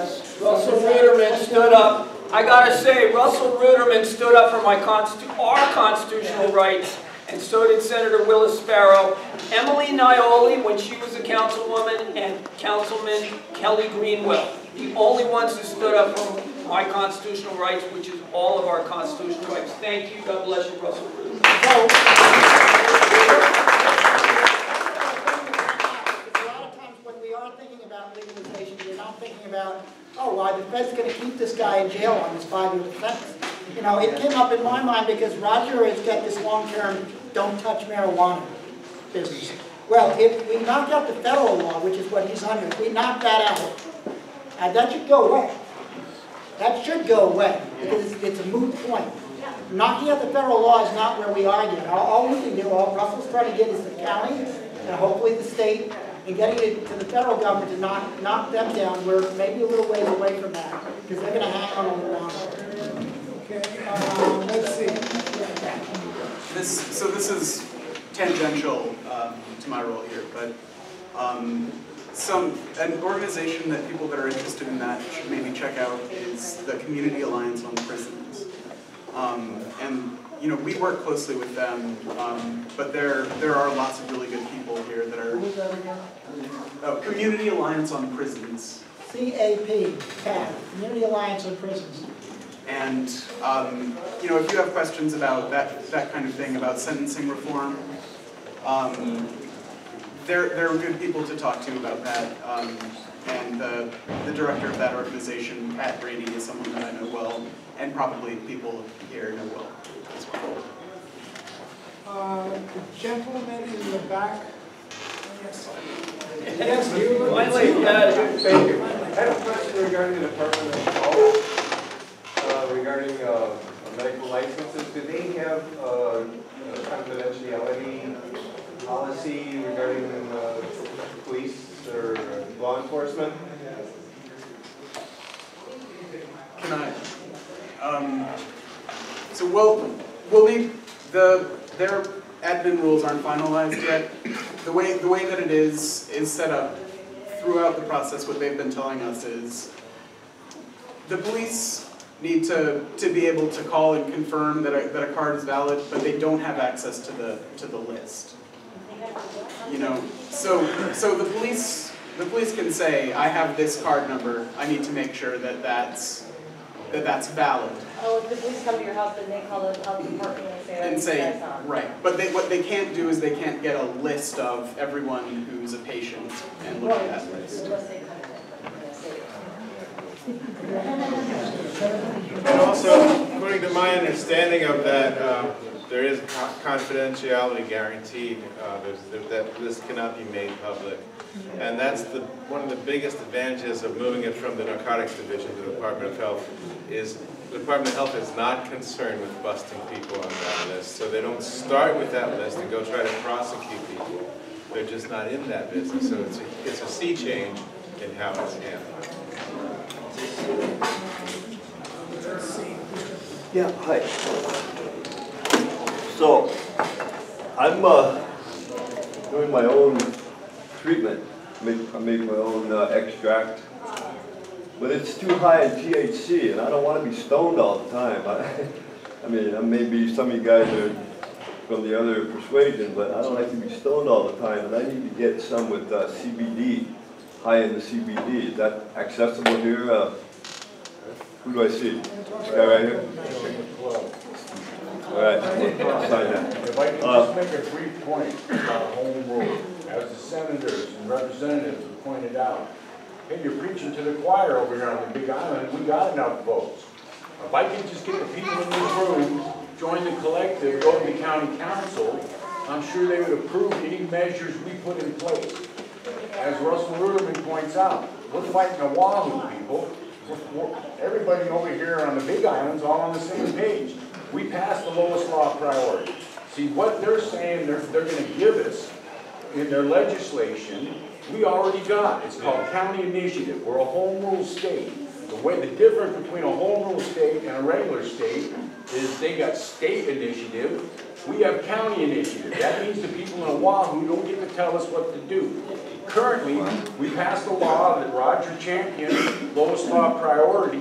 They denied it. They said it was preempted by general law. It's being heard at the Supreme Court right now. This will be reversed because if they're right, then we don't have home rule. County initiative is worthless because every county initiative goes up against a general law. But my point is this ain't a question, this is an answer.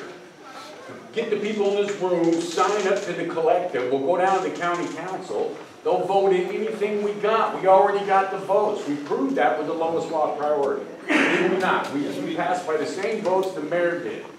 So you notice, like you said, the county council got 18.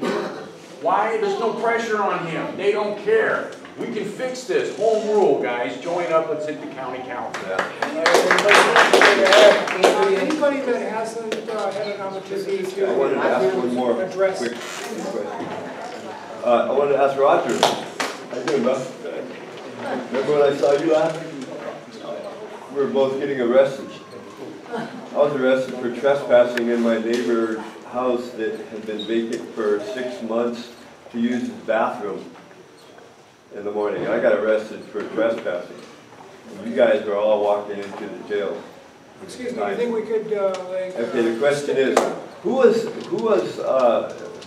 what group or who was responsible for initiating your release, politically speaking, like on up the scale? Did you go to Obama, state senators?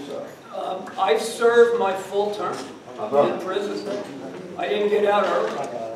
I served my full term. I was sentenced to a mandatory minimum of 5 years in prison, and minus the little good time that every inmate gets, unless you're violent, I guess. I served 100% of my term. So there was no extra benefit. But I'm so grateful that I was able to get to the halfway house a little bit faster because of the pressure of Russell Ruderman, Senator Ruderman, and Senator Sparrow. Okay, Gregory? I'm wondering about creating a state of medical emergency and requesting or asking what physicians would be willing to support this as a way to get an immediate change. Yeah, there is a presidential executive order in place right now, Executive Order 13603, and it declares hemp, cannabis hemp, a strategic food resource in an emergency situation. We have an emergency situation right here, right now. As my understanding, the 3 locations where prescriptions could be filled in Puna have all closed in this last year. There are no health resources in this district to get a prescription filled, number one. Number two, our food resources are shrinking. The Malama market's closed, cash and carry's closed. We're in an emergency situation now. Presidential Executive Order 13603 is for emergency preparedness, and we're not prepared. We're behind the 8 ball. But get this, there are 3 magical words in this executive order. It becomes good based on essential civilian demand. Not essential civilian request, essential civilian demand. We're in that unique and beautiful position, or terrible position, right here and right now. So the people in this room, and those that you can contact, let's make this happen. Kick it into gear. Senator Ruderman's asking for a state attorney general opinion right now. There's a presidential executive order that supports us. It's in place right now. I have a follow-up suggestion just briefly to make. I think the missing component is having sworn notarized affidavits which are admissible to any state legislature or government. It goes beyond a handwritten letter. It becomes a piece of legal evidence. Again, which was underscored earlier. It's very difficult for a variety of reasons for many people to do this. Why not get a group together with 1 or 2 notaries with a template or several templates, and this will be the missing key because they will be legally admissible. Why don't you get a hold of Gregory later on, and if you're interested in doing that, just connect with him. This is a good segue now. We talk about industrial hemp. And we talk about the whole move for cannabis. And then we're going to wrap this up. It's 10 minutes after 3. We want to kind of end this in about 20 minutes. So we understand that Senator Ruderman is going to introduce a bill for industrial hemp. And I'd like to have him talk a little bit about that. And we'll then have a question and answer after. Thank you. I'll talk very briefly about this. I realize it's not the primary concern of most people in this room. It's just sort of tangential. But it is related.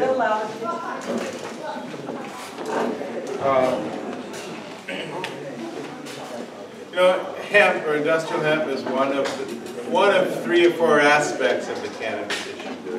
You know, there's medical marijuana, there's recreational marijuana, there's industrial hemp, essentially. And they all would be solved if we did legalize it, as we discussed earlier. But meanwhile, there has been a recognition that industrial hemp is its own beneficial crop. And not a realization, it's a re-realization of something we knew long ago, and everybody almost all around the world knew that. So I do have, last year the legislature passed a small bill allowing a test crop of industrial hemp under the supervision of the University of Hawaii, and that project is